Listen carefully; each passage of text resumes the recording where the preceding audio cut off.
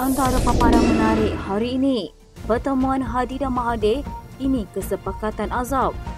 Pengampunan Najib sedang dipertimbangkan. Selepas amanah dan muda, kini DAP pula bantah pengampunan Najib. Tok Mat Hassan beri amaran, tak mudah tumbangkan kerajaan.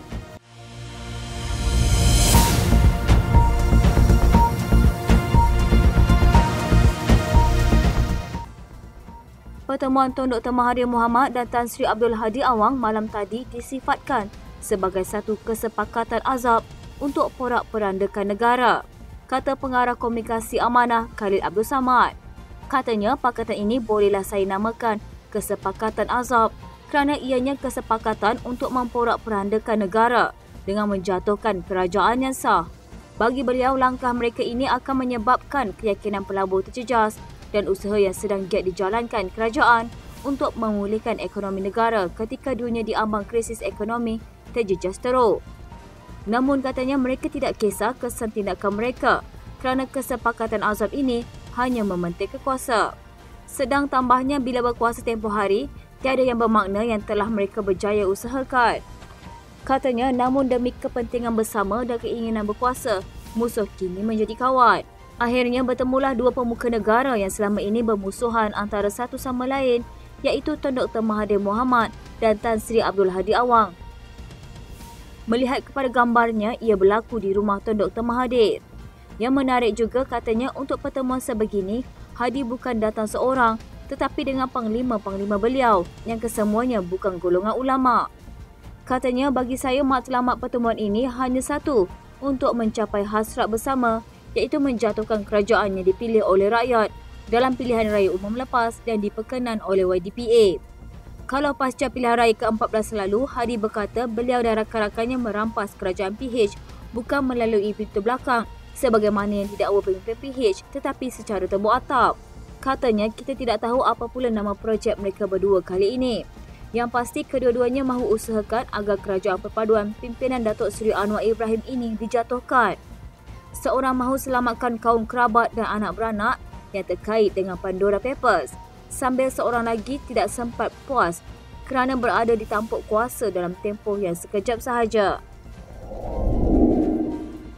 Setiausaha Lembaga Pengampunan bagi wilayah-wilayah Persekutuan Kuala Lumpur, Labuan dan Putrajaya, Datuk Seri Khairul Zaimi Daud berkata, kertas berkenaan akan dipertimbangkan pada masa yang sesuai mengikut perundangan dan peraturan yang terpakai. Kertas rayuan pengampunan bekas Perdana Menteri Datuk Seri Najib Razak akan dipertimbangkan untuk dibawa ke mesyuarat Lembaga Pengampunan pada waktu yang sesuai selepas tidak dibincangkan pada persidangan Jumaat lalu. Katanya, urus serta Lembaga Pengampunan ingin memaklumkan bahawa kertas rayuan pengampunan Datuk Seri Najib tidak dapat dibawa pada mesyuarat Lembaga Pengampunan kali ini. Sebaliknya, kertas berkenaan akan dipertimbangkan pada masa yang sesuai mengikut perundangan dan peraturan-peraturan yang terpakai. Dalam persidangan ke-59 Lembaga Pembangunan pada 28 April lalu di Istana Negara, beliau memaklumkan lembaga berkenaan telah mempertimbangkan sebanyak 10 kes rayuan pengampunan mengikut Peraturan 54 dan Peraturan 113 Akta Peranjara 2000. Mengikut perkara 42 Perlembagaan Persekutuan yang di-Pertuan Agong berkuasa memberi ampun, tunda hukum dan lega hukum berkenaan dengan segala kesalahan yang telah dibicarakan oleh Mahkamah Tentera dan segala kesalahan yang dilakukan di dalam wilayah Persekutuan Kuala Lumpur, Labuan dan Putrajaya. Raja atau yang di-Pertuan Negeri pula berkuasa memberi ampun, tunda hukum dan lega hukum berkenaan dengan segala kesalahan lain yang dilakukan di dalam negeri terbabit. Bekas Peguam Negara Tan Sri Muhammad Apandi Ali sebelum ini menjelaskan Lembaga Pengampunan tiada jadual tetap untuk bersidang. Peguam Datuk M. Reza Hassan pula dilapor berkata, biasanya proses atau prosiding lembaga itu dilangsungkan secara halus dan tidak diwawalkan. Ada kalanya bergantung kepada Yang di-Pertuan Agong. Najib sedang menjalani hukuman penjara 12 tahun selepas Mahkamah Persekutuan pada Mac lalu menolak permohonan bekas Perdana Menteri untuk menyemak semula sabetan dan hukuman dikenakan terhadapnya berhubung kes penyelewengan dana SRC International Sdn Bhd. Dalam permohonannya, Najib memohon membatalkan keputusan yang dibuat panel 5 Hakim Mahkamah Persekutuan dipengerusikan Ketua Hakim Negara Tun Tengku Maimun Tuan Mat pada 23 Ogos 2022. Pada 28 Julai 2020, Hakim Mahkamah Tinggi ketika itu, Datuk Muhammad Nazlan Muhammad Ghazali, mendapati Najib bersalah terhadap 7 tuduhan pecah amanah, menyalahgunakan kuasa dan pengubahan wang harap dan memerintahkannya penjara 12 tahun dan didenda RM210 juta. Keputusan Mahkamah Tinggi itu kemudiannya dikekalkan oleh panel 3 hakim Mahkamah Rayuan yang bersidang pada 9 Disember 2021. Menteri Perdagangan Dalam Negeri dan Kos Sara Hidup merasakan ada sesuatu tidak kena dengan masalah bekalan gula di Kelantan dan Terengganu. Menurut Datuk Seri Salahuddin Ayub, pihaknya masih menerima aduan mengenai kekurangan bekalan walaupun stok gula telah ditambah sebelum ini. Oleh yang demikian, Salahuddin mengarahkan kementeriannya untuk menjalankan siasatan bagi menyelesaikan masalah tersebut. Tindakan tegas juga bakal diambil sekiranya ada pihak yang tidak bertanggungjawab menjadi punca kekurangan bekalan. Katanya walaupun stok gula mencukupi untuk bekalan di negeri Kelantan dan Terengganu, namun banyak aduan diterima bahawa tiada bekalan. Ada yang tidak kena ni, saya telah arahkan KSU dan KPP KPDN untuk lancarkan operasi segera bagi atasi masalah ini. Cari punca masalah dan tindakan tegas akan diambil. Salahuddin sebelum ini memaklumkan bahawa masalah kekurangan bekalan gula paket 1 kg di negeri Pantai Timur itu sudah diatasi. Beliau juga memberi jaminan bahawa harga gula tidak akan dinaikkan dan rakyat boleh membeli bekalan bahan asasi itu yang ditetapkan.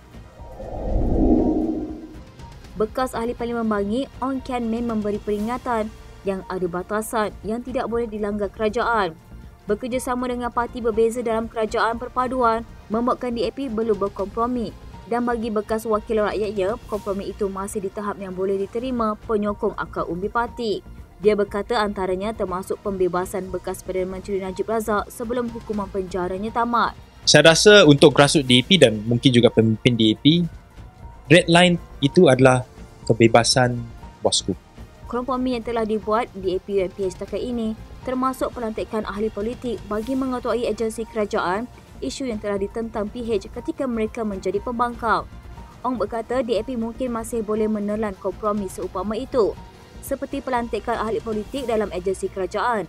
Namun kompromi itu tidak sehingga di tahap pembebasan Najib dari penjara. I think that is quite serious. Jikalau kerajaan unity government ni dilihat oleh grassroots ataupun sebahagian daripada pemimpin DAP yang telah go above and beyond to expedite the pardon of bosku, saya rasa ini akan mencetuskan ketidakpuasan hati. Ada isu, saya rasa pelantikan GLC semua tu boleh swallow lah. Boleh swallow kerana bukan appointment GLC tapi untuk appointment agency.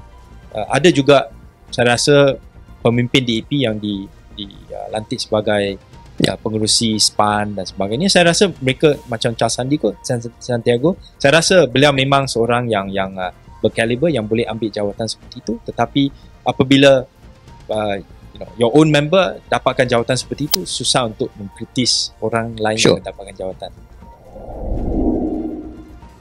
Timbalan Presiden UMNO Datuk Seri Muhammad Hassan berkata, sebarang usaha untuk menumbangkan kerajaan perpaduan diterajui Perdana Menteri Datuk Seri Anwar Ibrahim bukan perkara yang mudah seperti yang disangkakan pembangkang yang begitu bersungguh-sungguh dalam perkara itu. Tegasnya kerajaan perpaduan yang sedang mentadbir kerajaan telah dibentuk dengan sokongan majoriti 2/3 selain Akta Akti Lompat Parti 2023 juga telah diberkuat kuasa. Muhammad yang juga Menteri Pertahanan berkata, Barisan Nasional tidak mengetahui mengenai adanya usaha atau pembabitan ahli parlimen mereka untuk memporak-perandakan kerajaan sedia ada. Not that I know of, but seperti yang saya sebut dalam saya punya wawancara, itu terpulanglah kepada masing-masing kerana sekarang ini undang-undang anti lompat parti telah pun dikuatkuasakan. You cannot simply just walk away and just say I don't want to support the government anymore and I want to support the other party.